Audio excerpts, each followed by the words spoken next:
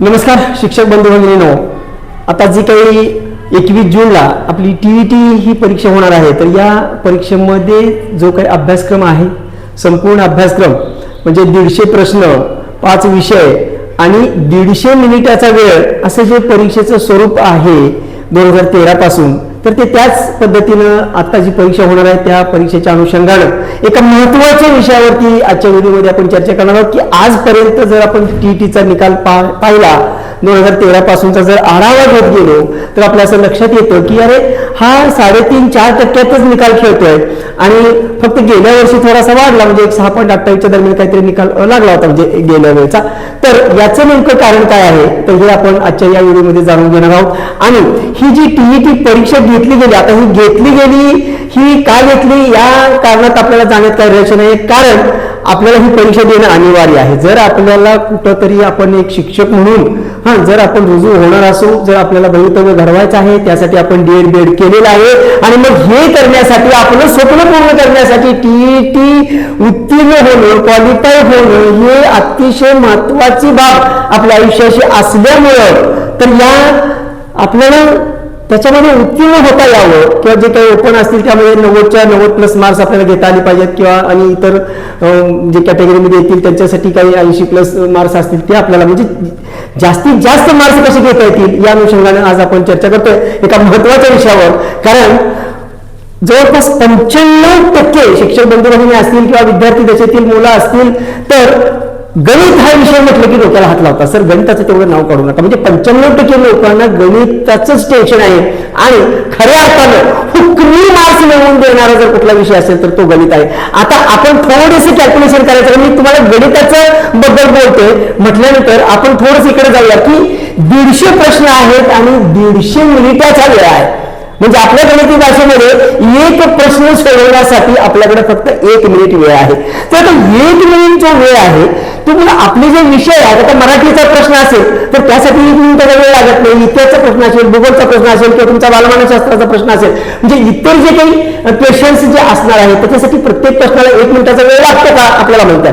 परंतु गणिताकडे जर आपण आलो तर गणिताच्या वापराने एका प्रश्नासाठी 1 मिनिट घेत असेल तर एका मिनिटामध्ये गणित सुटत का हो?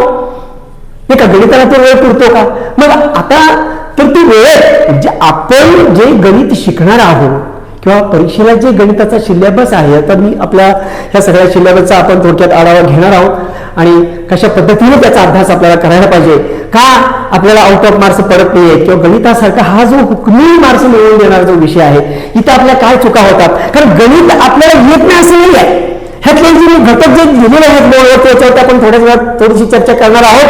पण हे सगळे प्रश्न म्हणजे जवळपास 90% प्रश्न तुम्ही आहे असं म्हणजे कोणताही अभ्यास न करता आतापर्यंत जे काही आपण ज्ञान घेतलं की जे आपण हायस्कूल किंवा आपण जे काही शिकलो 7वी 8वी 9वी 10वी मध्ये आपण गणित शिकलो, भूमिती शिकलो, त्याच्या आधारे तुम्ही हे सगळे प्रश्न सोडवू शकता. फक्त प्रॉब्लेम इथे येतो तो म्हणजे वेळेचा येतो नाही का. मग आम्हाला जर पुरेसा वेळ म्हणजे एखाद प्रश्नाला आम्हाला 15-20 मिनिटं दिली तर आम्ही त्या पद्धतीने आम्ही तो प्रश्न सोडवू, त्याचं उत्तर 100% बरोबर काढू. पण इथं तसं नाही, कारण इथं सगळ्यात महत्वाचं काय असेल तर टाइम फॅक्टर तुम्हाला मॅच करता आला पाहिजे, म्हणजे कमीत कमी वेळेमध्ये तुम्हाला तो प्रश्न सुटला पाहिजे. म्हणजे यासाठी हाच एकमेव विषय आहे की इथं जो प्रश्न असेल तो सोडवण्यासाठी अनेक पर्याय उपलब्ध असतात, अनेक मार्ग उपलब्ध असतात. इतर विषयामध्ये काय होतं की तुमचा तेवढा अभ्यास पाहिजे, तुमचं तेवढं वाचन पाहिजे आणि मग जो प्रश्न विचारला असेल त्याचं उत्तर जर आपल्या मेमरीमध्ये फीड असेल तरच आपण उत्तर देणार आहोत. तिथं पर्यायी मार्ग नाही, आपल्याला आठवत नाही की आपल्या वाचनातून ते गेलं नाही ती माहिती तर त्याचं उत्तर आपण नाही देऊ शकत काही केलं तरी. तर गणित हा विषय असा आहे की जरी तुम्हाला तो प्रश्न एकदा समजला की तुम्ही एन प्रकारे अगदी कॅल्क्युलेशन करून काही इतर आकडेमोड करून वेगवेगळ्या मार्गाने क्लुप्ती वापरून काही करून तुम्ही तो प्रश्न सोडवू शकता. तर आज आपण पाहणार आहोत की जो काही अभ्यासक्रमामध्ये गणित हा विषय 30 मार्कासाठी आहे, म्हणजे 30 प्रश्न या विषयावरती येणार आहेत. पेपर 1 साठी आणि पेपर 2 साठी सुद्धा, म्हणजे 2ला ऑप्शनल गणित आहे, म्हणजे ज्या माझे शिक्षक बंधू भगिनींनी तो घेतला असेल पेपर 2ला म्हणजे गणित आणि विज्ञान किंवा मग समाजशास्त्र, पण जर तो गणित विज्ञान असेल तर तो त्यांना आहेच. पण पेपर 1 साठी मात्र हे कंपल्सरी गणित हा विषय त्यांनी ठेवलेला आहे. मग आता आपल्याला या विषयाची तयारी करताना नेमकं काय करायचं आहे. बऱ्याचशाच माझ्या शिक्षक बंधू भगिनींनी ऑनलाईन क्लासेस कदाचित लावलेले असतील, कारण भरपूर म्हणजे महाराष्ट्रभर मला वाटतं की असं एकही शिक्षक नसेल किंवा शिक्षिका नसेल की त्यांना ऑनलाईन माहिती नाही. बऱ्याच जणांनी ऑनलाईन क्लासेस जॉईन केले असतील, परंतु मुद्दा असा आहे की मी तुम्हाला सांगू इच्छितो की समजा आपल्याच बाळाला आपल्याला शिकवायचं आहे, शिकवणी लावायची आहे. आता एक शिक्षक म्हणतोय की मी तुमच्या मुलाला पेन हातात धरून शिकवतो, त्याच्या समोर बसून शिकवतो, त्याची तयारी करून घेतो. दुसरा शिक्षक म्हणतो मी दिल्लीत आहे, दिल्लीतून त्याला शिकवतो. मग तुम्ही कुठल्या शिक्षकाची चॉईस कराल? म्हणजे ऑनलाईन मुळे काय होतं की ते तिथून शिकवतायत. आपल्याला जी काही शंका येते किंवा ज्या ऑफलाईन म्हणजे तुम्ही ज्याला शिक्षकाच्या समोर असता, त्याच्या नजरेत नजर घालून तो तुम्हाला शिकवत असतो, तुमची नजर त्याच्या नजरेत असते, तुम्हाला इकडे का तिकडे तो दुर्लक्ष करून देत नाही आहे, तुमच्याकडून तो करून घेतो. पण ऑनलाईनला कसं होतं का त्या विषयावरती मला फारसं बोलायचं नाही. आपण जो काही आम्ही जी 20 एप्रिल पासून आपल्या या तासगावमध्ये म्हणजे हा अम्बिशियस करिअर अकॅडमी इथं आपण एक टीईटीची बॅच फक्त स्पेशल गणिताची बॅच घेणार आहोत. आणि मग ती बॅच कशी घ्यायची आहे किंवा त्या पद्धतीची म्हणजे ते बॅचचं जे काही माहिती आहे किंवा जे शेड्यूल आहे ते सांगण्यासाठी मी खास करून हा व्हिडिओ बनवतोय. तर प्रथम आपण बघूया की हा अभ्यासक्रम जो आहे तो मी सगळा जो काही अंकगणिताचे जे काही आपले घटक आहेत हे घटक घेतलेले आहेत. मी छोटे मोठे घटक मी मर्ज केलेले आहेत. म्हणजे एकूण साधारण 30 घटक हे अंकगणितामध्ये येतात. आता उदाहरण द्यायचं झालं तर आता संख्या टॉपिक पहिला आहे, म्हणजे हा बेसिक टॉपिक आहे. आणि प्रत्येक पेपरचा जर आढावा घेतला 2013 पासूनचा तर आपल्याला प्रत्येक क्वेश्चन पेपरमध्ये 4 ते 5 प्रश्न या घटकावरती पडलेले आहेत. थोडासा विस्ताराने हा आहे, थोडासा मोठा टॉपिक आहे आणि हमखास याच्यावरती उदाहरण पडतंच. जर का हा तुमचा टॉपिक परफेक्ट झाला तर तुमची 4 मार्क्स म्हणजे या घटकातली 4 मार्क्स तुमची फिक्स आहेत. म्हणजे असा एकही पेपर नाही ह्या संख्येवरती तो प्रश्न विचारलेला आहेच 100%. काही घटक असे आहेत त्यामध्ये की त्याच्यावरती प्रश्न आहेच, त्या 30 मध्ये त्याचा नंबर लागलेलाच आहे. तर आपल्याला सगळाच अभ्यासक्रम करायचा ना. आता संख्या घटक आहे, अपूर्णांक आहे, मग हे सगळेच उपघटक आहेत. मग व्यवहारी अपूर्णांक, दशांश अपूर्णांक, अपूर्णांकाची तुलना करणं, लहान मोठेपणा ठरवणं, म्हणजे हे सगळे अपूर्णांक, त्यांच्यावरती क्रिया, त्यांच्या बेरजा वजाबाकी गुणाकार भाकार हे सगळं म्हणजे अपूर्णांक यामध्ये सगळा तो अपूर्णांकाचा भाग आला. परत त्यांना आपल्या विभाजित कसोट्या ह्याच्यावरती प्रश्न, ह्या सगळ्या लसामसावी असेल, सरळ झोपेद्या ह्याच्यावरती प्रश्न ते थेट विचारले आहेत. रोमन संख्या आपल्याला बघावं लागणार आहे, वर्गमूळ आहे, घनमूळ आहे, घातांक आहे, चलन आहे, म्हणजे दशमान परिमाण आहे, गुणोत्तर प्रमाण आहे. गुणोत्तर प्रमाणावरती वयवारी डिपेंड करतं. म्हणजे एकाच एक संख्या आहे, जर तुम्हाला जर गुणोत्तर प्रमाण समजलं असेल तर वयवारी म्हणजे त्याचा फायदा होतो. कारण वय विचारताना गुणोत्तर दिलेलं असतं, म्हणजे मुलगा आणि वडील यांच्या आजच्या वयाचे गुणोत्तर असे असे आहे वगैरे असे प्रश्न असतात. शाब्दिक प्रश्न याच्यावरती विचारले जातात. अपूर्णांकावरती शाब्दिक प्रश्न असतात. लसामसावीवरती तर शाब्दिक प्रश्न विचारले जातात. त्यानंतर तुमचं दशमान परिमाण याच्यावरती तुम्हाला प्रश्न विचारले जातात. गुणोत्तर प्रमाण महत्वाचा टॉपिक आहे. वयवारी आहे, सरासरी आहे, शेकडेवारी, नफा तोटा याच्यावरचा क्वेश्चन 100% आहे, प्रत्येक पेपरमध्ये आहे. मग आता हे सगळे एवढे घटक आहेत. सूट कमिशन आहे, नफा तोटा आहे, सहजा चक्रवाढ आहे, काळ कामगिरी आहे, वेगवेगळं अंतर आहे, बोट प्रवाह, निवड पाण्याची टाकी, बैजिक राशी, बहुपदी, एकचल समीकरण, वर्ग समीकरण, हे सगळं परत व्यवहारिक गणित याच्यामध्ये जे काही कॉमन प्रश्न असतात म्हणजे की ते कुठल्या सूत्रात बसत नाही, जनरली प्रश्न असतात, तर ते प्रश्न त्याला मी व्यवहारिक गणितामध्ये घातले. आणि काही कूट प्रश्न म्हणून मी एक घटक बाजूला काढलाय अभ्यासक्रमामध्ये. तसाही एका दुसरा प्रश्न पडलेला आहे, आतापर्यंत पडू शकतो. हा म्हणजे हे कुठल्या नियमात बसत नसतात. इथं आपलं थोडंसं आपली बौद्धिक क्षमता, आपलं लॉजिक, आपलं तर्क वापरून आपण त्याचं उत्तर शोधायचं असतं. त्याला काही आकडेमोडीचा पाठ सहसा नसतो. आणि मग गणित संख्येमध्ये म्हणजे आतापर्यंत 2013 पासून जे 2025 पर्यंत जे काही पेपर झाले ह्या सगळ्या पेपरचा आढावा घेतल्यानंतर काही प्रश्न असे सापडले की ते ह्यातल्या कोणत्याच घटकाच्या कोणत्याच नियमात बसत नाहीयेत. मग त्याच्यासाठी काही वेगळी टेक्निक वापरावं लागतं, कारण आम्हाला सगळ्यात महत्वाचं फोकस कुठे करायचा आहे, कमीत कमी वेळेमध्ये प्रश्न सुटला पाहिजे आणि तो प्रश्न अचूक सुटला पाहिजे. मग यासाठी क्लुप्त्या आपल्याला तर हा झाला अंकगणिताचा जो काही अभ्यासक्रम होता. त्यानंतर त्याच्यामध्ये भूमितीचे, आता पेपर 2 ला थोडंसं जास्त भूमिती खोलवरती विचारलेलं आहे. पेपर 1 लाही स्ट्रॉंग प्रश्न विचारले आहेत.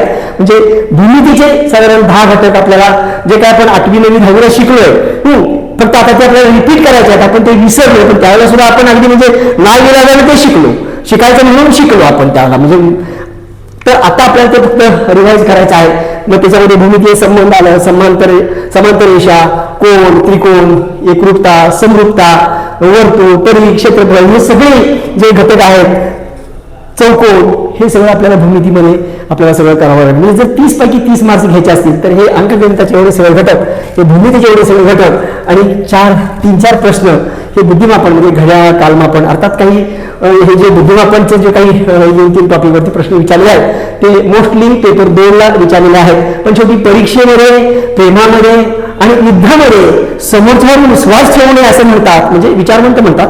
तर शेवटी परीक्षा आहे की एका वेळेला काय होईल, एकदम सोपा प्रश्न विचारतील आणि एका वेळेला एकदम अवघड प्रश्न विचारतील. आपण असं म्हणू शकत नाही की एवढा अवघड कशाला विचारतील, एवढा सोपा प्रश्न कसा येईल इथं, तर असं नाही आहे. शेवटी ती परीक्षा आहे, तर आपल्याला मात्र ह्या सगळ्या टॉपिकची व्यवस्थित तयारी करायची आहे. मग आता आपण मुख्य मुद्द्यावरती बोलणार आहोत की जसं मी तुम्हाला बोललो की जर आपल्याला एका मिनिटामध्ये एक प्रश्न सोडवायचा आहे, मग आता बाकीची विषयाची आपल्याला प्रश्न सोडवताना काय होतंय, तर आपल्याला 1 मिनिट वेळ लागत नाही, आपल्याला माहित आहे. मग तो जो वेळ आहे तो आपल्याला इकडे वापरा, मग तरी तो वेळ आपल्याला कशा पद्धतीने फास्ट लवकर गणित सोडवता येईल, क्लुप्ती कशी वापरतील यासाठी आता मी तुम्हाला एक नमुना दाखवतो, म्हणजे एक सॅम्पल दाखवतो की समजा, कारण काय होतं, मी तुम्हाला तर मगाशीच बोललो, मी सुरुवात करताना मी बोललो की गणित हाचा जो प्रश्न असतो तो आम्ही येणे प्रकारे सोडवू शकतो, पण आम्हाला पुरेसा आवश्यक तेवढा आमच्या मनाप्रमाणे वेळ द्या, मग आम्ही त्या प्रश्न उत्तर बरोबर काढून म्हणजे काढूच. परंतु परिस्थिती तसं नाही ना, त्याला लक्ष्मीरेषा हे वेळेची. मग आता उदाहरणार्थ पण बघा झालं, समजा आम्हाला प्रश्न विचारला तेव्हा 98चा मला वर्ग करायचा आहे, म्हणजे 98 या संख्येचा मला वर्ग करायचा आहे. मग आता मला जर त्याची क्लुप्ती माहित असेल तर मी तो तोंडी वर्ग करणार आहे. पण समजा की मला क्लुप्ती माहित नाही आहे आणि मी माझी पारंपरिक पद्धत जी मी 4वी-5वीला शिकत होतो गुणाकाराची पद्धत, त्याही पद्धतीने मी काढू शकतो ना, म्हणजे उत्तर मी काढू शकतो. पण मला जर कमीत कमी वेळेत काढायचं असेल तर मला क्लुप्ती माहित असेल पाहिजे. मला 98चा वेळ करायचा तर मी क्लुप्ती सांगेन तुम्हाला, बघा ही 100 किती कमी आहे, 2 कमी आहे, मग 98 मधून पुन्हा 2 कमी करा, म्हणजे 98 वजा 2 केलं की 96 मिळेल. मग तुम्ही किती कमी केलं, किती वजा करावं लागलं आपल्याला, 2 वजा करावं लागलं, मग त्यात 2चा वर्ग करा, तो 4 होतो. पण इथं तो 100ची जवळ संख्या आहे, म्हणजे त्याचा पाया जवळपास 100 आहे आणि म्हणून ते जे 4 मिळायचं आहे ते आपल्याला 2 अंकामध्ये लावावं लागेल आणि मग आपल्याला लावावं लागेल 0-4.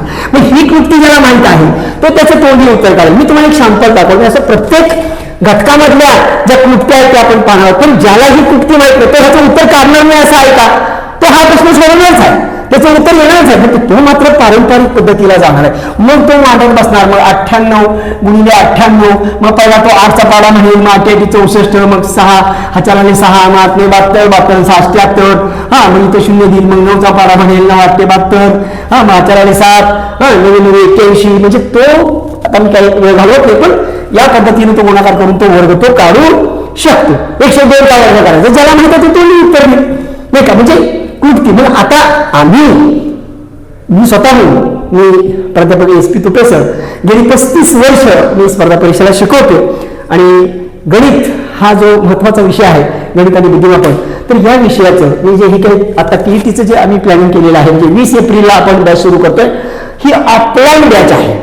आता ह्या बॅचमध्ये काय होणार आहे, तर तुम्हाला आता हा घटक फॉर एक्झाम्पल समजा एक मी घटक तुम्हाला शिकवला, मग याच्यामध्ये ह्या संख्या घटकावर 2013 पासून जे प्रश्न आले, संख्येवरती जे आले ते सगळ्या संख्या टॉपिकमध्ये तुम्हाला मी घेणार. त्यासाठी मला संभाव्य वाटणारे प्रश्न सरावासाठी मी तुम्हाला तिथं शिकवताना ते प्रश्न घेणार. म्हणजे असे आपण काही 20, 25, 30 प्रश्न तुम्हाला दिले, त्याचे सगळे कन्सेप्ट शिकवले तुम्हाला, व्यवस्थित संख्या म्हणजे काय असतात अगदी तुम्हाला बेसिक पासून समजावून दिल्यानंतर हा जेव्हा टॉपिक संपेल तेव्हा तुम्हाला ह्या टॉपिकचे 50 प्रश्नाची एक प्रिंट सरावासाठी ती तुम्हाला दिली जाईल. ती तुम्ही घेऊन जायचं, सोडवायचं आणि पुढच्या लेक्चरला येताना ते तुम्ही सोडवून आणायचं.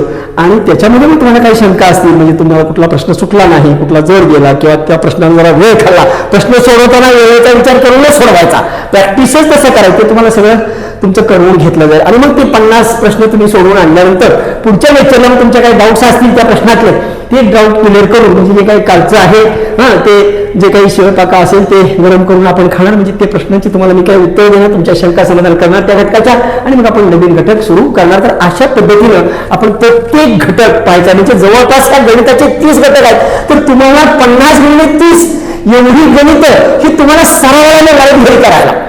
आणि इतर म्हणजे तो टॉपिक शिकवताना जे काय आपण घेऊ एक्स्ट्रा ते आहेतच, आणि त्याचबरोबर 2013 पासून 2025 पर्यंत त्या घटकावरती जे आलेले प्रश्न आहेत ते पण आता वेळेवर आपण करायचंच आहे. आणि मग एवढं सगळं केल्यानंतर आणि एवढ्या सगळ्या कुठल्या तुम्हाला शिकवल्यानंतर अगदी तुमच्या नजरेत नजर घालून तुमच्याकडनं करवून घेतल्यानंतर का पडणार नाही तर 30 पैकी 30 मार्क्स? हाच एकमेव विषय आहे ना तो तुम्हाला आपल्याला आउट ऑफ मार्क्स पाडून देणारा गॅरंटीचे मार्क्स आहेत ते. पण इतिहासामध्ये काय प्रश्न विचारतील काय माहिती आम्हाला, परिसर अभ्यासामध्ये तुम्हाला काय विचारतील, ह्याला काय विषय आहे ते. मग मार्क्स मिळतील की कदाचित आपल्याला माहित असणारे प्रश्न तर मार्क्स मिळून जातील, पण गॅरंटी हुकमी 100% म्हणजे 100%, जसा मृत्यूशास्त्रात आहे. म्हणजे एक दिवस मनुष्य प्राणी मारणार आहे 100% सत्य, कधी मरेल 100 वर्षांनी मरेल, म्हणजे सत्य आहे ते. तसं गणिताची मार्क्स आहे ही गॅरंटीची मार्क्स आहे, सत्य मार्क्स आहे ती. आणि मग ही कशी घ्यायची यासाठी आपण एक बॅच आपण घेतो. मी पुन्हा एकदा तुम्हाला आवर्जून सांगेन की या बॅचला जर तुम्ही आलात तर तुम्हाला अगदी बेसिक पासून तुमच्याकडून फक्त शिकवले जाणार नाही. ही ऑनलाईन बॅच नव्हे, फक्त लेक्चर देऊन रिकामं होणार नाही.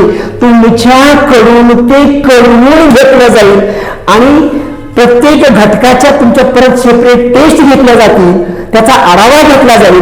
मग परीक्षेपर्यंत तुम्ही पेपरला जाईपर्यंत मी तुमच्या सोबत असेल आणि तुमचा जास्तीत जास्त सराव करून 30 पैकी 30 मार्क्स तुम्हाला कसे मिळतील यासाठी मी प्रयत्न करणारच आहे. परंतु तुम्ही प्रयत्न करत नसाल तर मी तुमच्याकडून करवून घेण्याचा आटोकाट प्रयत्न करणार आहे.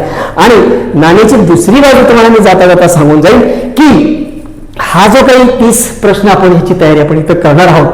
आता पुढं जी काही शिक्षक अभियोगिता बुद्धिमापन चाचणी म्हणजे ज्याला आपण टॅट म्हणतो, ही जी परीक्षा येणार आहे किंवा येते ती दरवर्षी परीक्षा घेतली जाते आणि त्याचा अभ्यासक्रम आपल्याला माहिती आहे सर्वांना की 200 मार्काची ती परीक्षा असते आणि त्याच्यामध्ये जवळपास 120 मार्कासाठी गणित आणि बुद्धिमापन हा विषय आहे. आणि आता जर ती 120 मार्काला हा विषय असेल तर बाकीचे जे 80 मार्काला विषय आहेत तर ह्याच्यामध्ये तुम्ही 100+ आरामात जाऊ शकता. म्हणजे त्याचा पाया आपण इथं घालणार होता. आता गणिताचे हेच घटक आहेत त्यातला सुद्धा, फक्त बुद्धिमापनचे काही घटक वाढतील. म्हणजे तर्कानुमान असेल, अक्षरमाला असेल, अंकमाला असेल, काही वेगळे घटक थोडेसे आपल्याला एक्स्ट्रा तिथं आहेत. नाहीतर मग हा सिलेबस आहे. म्हणजे इथे जर आपला पाया मजबूत झाला तर आपल्याला पुढेही त्याचा फायदा होणार आहे. तर मी तुम्हाला असं आव्हान करू इच्छितो की तुम्ही माझ्या लेक्चरला या. 20 एप्रिलला आपण काही सुरू करतोय. दुपारी 1 वाजता लेक्चर असणार आहे. सगळे घटक आपण व्यवस्थित तुम्हाला बेसिक कन्सेप्ट क्लिअर करून देऊ, जास्तीत जास्त सराव करून घेऊन तुम्हाला सरावाला जास्तीत जास्त प्रश्न मी देणार आहे. आणि मी अजूनही तुम्हाला सांगतो की मी तुम्हाला तुमचा पेन धरून शिकवणार आहे. म्हणजे तुम्हाला फक्त शिकवलं की मी रिकामा झालो असं नाही आहे. मग तसं आपण युट्यूबला व्हिडिओ बघत असतो, फार छान मध्ये ते शिकवलेलं असतं, त्यावेळेला आम्हाला समजतं. पण ज्या वेळेला पुन्हा आम्ही प्रश्न म्हणून सोडवायला बसतो, मग आता घरी बसून सोडवत असेल तर मात्र काही आपण टेन्शन फ्री असतो. पण परीक्षा हॉलमध्ये गेल्यानंतर बऱ्याच वेळेला आपली मेंटॅलिटीच अशी असते की काही वेळेला आपल्याला येणाऱ्या प्रश्नाचं उत्तर सुद्धा आठवत नाही. कारण तिथं आपल्याला जे माइंडसेट, मी आवर्जून मला सांगावं असं वाटतं की या विषयाचा मी थोडा अभ्यासकही आहे. म्हणजे सायकोलॉजीचा अलीकडेच मला सायकोलॉजीमध्ये डॉक्टरेट मिळालेली आहे. तर हा माइंड गेम सुद्धा आहे. म्हणजे परीक्षा देण्याचं काही टेक्निक्स आहेत. पेपर सोडताना काही होता बरेच विद्यार्थी असतील, माझे शिक्षक बंधू भगिनी असतील किंवा स्पर्धा परीक्षा देणारे विद्यार्थी असतील तर हे म्हणतात सर मला येत होतो, बरेच माझे येणारे प्रश्न राहिले आणि त्याला माझा गोंधळ झाला. पण एखाद्या प्रश्नाचं उत्तर मी आठवलं तर त्याला पुढे येणारे प्रश्न तो कन्फ्यूज झाला होतो. तर अशा गोष्टी घडतात. यासाठी आपला माइंडसेट कसा असायला पाहिजे हेही तुम्हाला ह्या बॅचमध्ये व्यवस्थित सांगितलं जाणार आहे. आणि दुसरं महत्वाचं तुम्हाला अनेक जाता जाता ह्या बॅचचं वैशिष्ट्य मी सांगणार आहे की तुम्ही या एवढी तुमची या गणिताची तयारी करून घेतल्यानंतर याचा फायदा तुम्हाला त्यातला तर होणारच आहे. तुम्ही शिक्षकात म्हणून तुम्ही त्यात देणार, पण तुम्ही कोणतीही शासकीय जे काही एमपीएससी मार्फत परीक्षा घेतल्या जातात किंवा राज्य सेवेची परीक्षा असेल, तलाठी असेल किंवा इतर जे काही आता ज्या सिव्हिल सेवाच्या परीक्षा होत आहे एमपीएससी आता ऑर्गनाईज करते आहे. म्हणजे शासनाच्या नोकरीसाठीच्या स्पर्धा परीक्षाच्या कुठल्याही परीक्षेला तुम्ही गेला तर तुम्हाला या विषयाचा हा फायदा होणारच आहे, विषयच नाही आहे. आणि हे तुम्हाला बॅच संपल्यावर कळेल की खरोखर सरांनी जे सांगितलं होतं ते बरोबर होतं, ह्याचा आम्हाला फायदा होतोय. म्हणजे कुठल्याही परीक्षेमध्ये, आणि गणित हा विषय आहे की तुम्ही कुठलीही स्पर्धा परीक्षा देत असाल तर त्यासाठी गणित हा विषय आहेच. एमपीएससीला आतापर्यंत 100पैकी 15 मार्काला गणिताचा विषय होता, गणित बुद्धिमापन. आता तो 20 मार्काला केलाय. त्यासाठी तर 120 मार्क्स गणित आणि बुद्धिमापन मिळून त्याच्यावरती विचारले जातात. असा हा महत्वाचा विषय आहे आणि हुकमी मार्क्स मिळून देणारा विषय आहे. आणि त्यामुळे आवर्जून आणि या तासगावमध्ये आपल्या जे काही आपले ग्रामीण शिक्षक बंधू भगिनी आहेत यांना वेळ सोयीस्कर व्हावी आणि आपला व्यवस्थित चांगल्या पद्धतीने तयारी व्हावी. कारण फक्त आपण घडणार आहोत, आपण टीईटी देणार आहोत, आपण क्वालिफाय होणार आहोत हे 100% सत्य आहे. परंतु आपल्याला पुढे पिढ्या घडवायच्या आहेत आणि त्यामुळं आपली तयारी अशी असायला पाहिजे की आपण पुढे विद्यार्थ्यांना घडवणार आहोत. म्हणतात असं की एक वकील जर आपल्या कामात काही चूक करत असेल तर कदाचित एका पक्षकाराचं नुकसान होईल, एखाद्याचं आर्थिक नुकसान होईल. एक डॉक्टर कडून जर एखादी चूक होत असेल तर कदाचित एका पेशंटला दगाफटका होईल. परंतु एक शिक्षक जर काय चूक करत असेल तर ते किती मुलांचं नुकसान होईल किंवा किती पिढीचं नुकसान होईल ह्याचा अंदाज बांधता येत नाही, असं विचारून त्यांनी म्हणून ठेवलंय. आणि आपण एक शिक्षक म्हणून आपण पेशा पत्करलेला आहे आणि आपण विद्यार्थ्यासमोर जाणार आहोत. 40-45 वर्ष आपल्याला मुलं घडवायची आहेत आणि यासाठी आपण तेवढ्या तयारीचं असलं पाहिजे. यासाठी आपण पहिल्यांदा ही परीक्षा उत्तीर्ण होण्यासाठी तुम्ही माझ्या बॅचला जर आलात तर या विषयाची तुमची पुन्हा एकदा मी तुम्हाला खात्रीवर देतो की तुम्ही जे मी तुमच्यावरती ऍक्शन घेईन त्याला जर तुम्ही प्रतिसाद दिला मला तर मी तुम्हाला 30पैकी 30 मार्क्स या टीईटीसाठी मिळवून देण्याची तर हमी देतोच आहे. परंतु या घेतलेल्या ज्ञानाचा किंवा हे तुम्ही शिकलेल्या या विषयाचा जो फायदा आहे ते तुम्हाला इतर आणि तुमच्या पुढच्या भविष्यासाठी तुमच्या इतर शासकीय नोकरी असेल किंवा तुमची कॅट परीक्षा असेल किंवा तुम्ही स्कॉलरशिपच्या मुलांना शिकवणार असाल, पुढे शिक्षणाची स्कॉलरशिपचे तुम्ही तुमच्या विद्यार्थ्यांना तुम्ही स्कॉलरशिप शिकवू शकता. तर या सगळ्यांसाठी तुम्हाला ह्याचा 100% फायदा होईल ह्याची मी तुम्हाला पुन्हा एकदा खात्री देतो. आणि येणाऱ्या परीक्षेसाठी तुम्हाला खूप मोठ्या म्हणजे तुम्ही मी म्हणतो काटावर नको म्हणजे 90ला तुम्ही क्वालिफाय होताय तर 90 मी पाडणार असं काही आहे का? आणि जास्त पाडणार 150 मार्काचा पेपर आहे ना, नाही का? तर तुम्ही त्याच्यामध्ये जास्तीत जास्त तुम्हाला मार्क्स मिळावे, तुम्ही उत्तीर्ण व्हावं अशा खूप मोठ्या शुभेच्छा देतो. आणि मी थांबतो आणि जाता पुन्हा एकदा मी बॅचबद्दल माहिती सांगेन. तर तुम्हाला काही शंका असतील, डाऊट असतील तर तुम्ही ॲम्बिशियस करिअर अकॅडमी तासगाव तुम्हाला स्क्रीनवरती नंबर दिसतोय, त्यांना संपर्क साधा. तुम्ही प्रत्यक्ष या, तो प्रीमायसेस पहा आणि मग इथं आपण ही बॅच घेणार आहोत. 20 तारखेला म्हणजे 20 एप्रिलला दुपारी 1 वाजता म्हणजे आपण बॅच सुरू करतोय.